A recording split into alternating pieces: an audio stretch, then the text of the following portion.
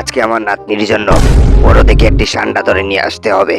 এত টাকা খরচ করে সান্ডা ধরার জন্য কি বিদেশ আসলাম? কফিল, তুমি কাকে কি বলছো? অত সান্ডা ভেবে গুলশাপ ধরে নিয়ে আসবে। একদম ঠিক কথা বলেছে। শালাটা তো দেখি বেশি কথা বলে। আমি গুলশাপ টুলশাপ কিছু বুঝি না। তুই যখন এত পটর পটর করছিস, তাহলে তুই আমার নাতনির জন্য আজকে একটি সান্ডা ধরে নিয়ে আয়।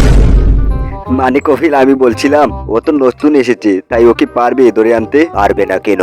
কারণ আমি যাব তার সাথে। আরে উনি কি আমাদের সাথে সান্ডা ধরতে যাবে?